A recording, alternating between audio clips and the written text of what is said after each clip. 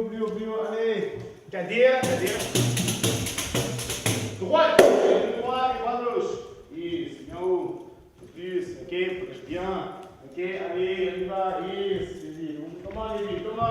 Relève. Fica, cadeira. Gira dois. Entra com quem? Isso, cadê? Miroir. Espacez-vous dans la salle, il y a de la place. Sit down.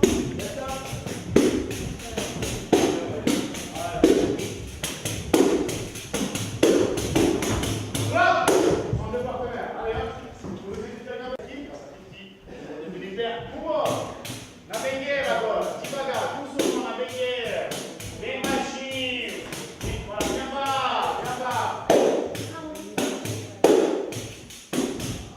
Pode saber. Isso donc isso aí, plie a jambe, isso, fique, plie un petit peu s'il te plaît, Justin, isso, protège bien le visage. Depois da armada, queixada na jambe droite, vai bater avec a queixada, ele levanta toujours, esquiva em frente. Só mettre a mão. Esquiva de lado. Cadeira. E volta na ginga. Dois direto. 3 gingas. On y va. Ginga 1.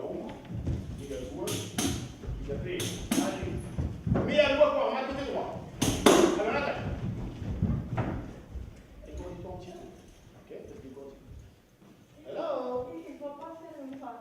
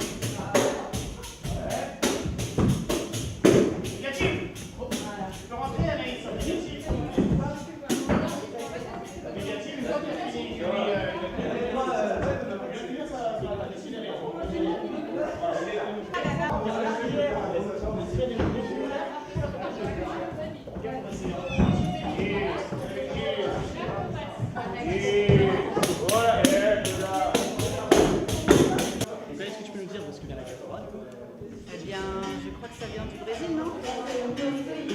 Et comment ça a été inventé? Alors là, je laisserai m'expliquer. Du coup, c'est un sport qui a été même une danse de combat qui a été inventée par les esclaves qui n'avaient pas le droit d'apprendre à se battre. Et du coup, ils ont camouflé l'art d'apprendre à se battre sous forme d'une danse. Donc du coup, ça a évolué à travers les âges, à travers les villes. Certains ont apporté de la musique, d'autres des acrobaties. Et ça a été créé il y a à peu près 200 ans. Et c'est arrivé dans les frontières il n'y a pas très longtemps et ça s'est assez rapidement démocratisé. Et alors, à ce qui paraît, c'est devenu patrimoine culturel au Brésil? C'est patrimoine mondial culturel. C'était en 2014, donc l'année dernière. Et donc, du coup, depuis, c'est devenu autorisé au Brésil. Mais quand tu fais de la capoeira, tu fais que du sport?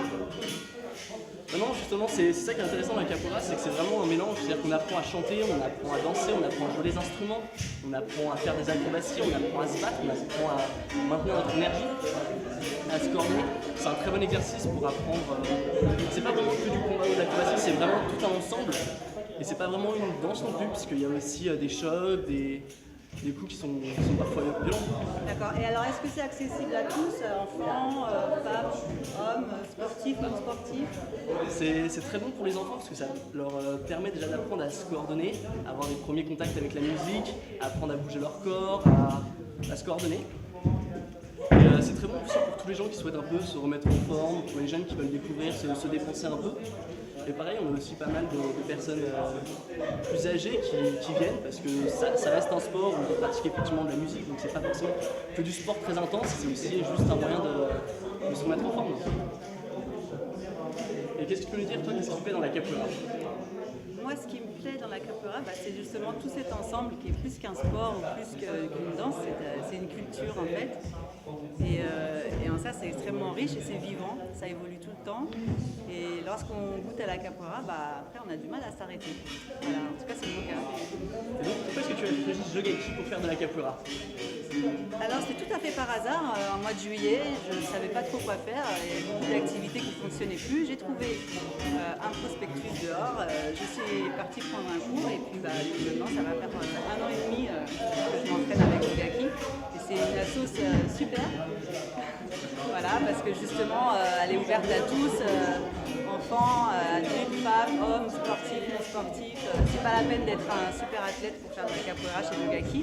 Et on a un professeur qui est extrêmement pédagogue et qui fait attention à tous ses élèves. Voilà. Du coup, est-ce que tu peux nous dire qu'est-ce que c'est que Abada Capoeira que tu as sur le shirt? Alors, Jogaki est relié à la fédération, c'est ça? La plus grande école? La plus grande école de capoeira au monde, enfin en tout cas en nombre de pratiquants, qui est Abada. Et donc qui est une évolution de la capoeira avec une intégration de certains mouvements des arts martiaux. Voilà, en tout cas c'est une grande école de capoeira présente partout dans le monde et Jogaki fait partie de cette école. Donc, qu'est-ce qu'on fait en dehors avec Jogaki, avec Abada Capoeira, les Alors par démonstrations, exemple, cette année il y avait les Jeux européens à Abada, donc il y a eu un grand championnat avec une quinzaine de pays représentés, dont la France et dont des élèves Jogaki qui ont participé à la compétition. Voilà, donc c'était un grand moment, on rencontre plein d'autres personnes qui viennent de plein de régions de France et de l'Europe et même du monde entier. Qu'est-ce qu'on fait là cet été au Brésil? Et cet été, Jogaki propose un voyage au Brésil parce qu'il y aura les Jeux mondiaux au Brésil, là cette année 2015, au mois d'août. Et donc il y a une vingtaine d'élèves qui vont partir pour suivre les stages et puis éventuellement participer aussi aux compétitions. Et est-ce que tu peux dire quelles sont les autres activités qu'on fait que dans Jogaki? Les démonstrations, Oui, on fait des démonstrations, on fait des initiations dans les écoles, les centres aérés, pour des entreprises. Et bénévolement. Pour le don du sang, pour l'UNICEF, pour le secours populaire. Ça fait beaucoup de choses. Bravo. Merci. Elle est chill, elle est comme ça. Vous êtes amélioré? Wow! Ah, attention, le négatif, c'est l'autre pire. Quand on voit du orange, c'est l'autre négatif.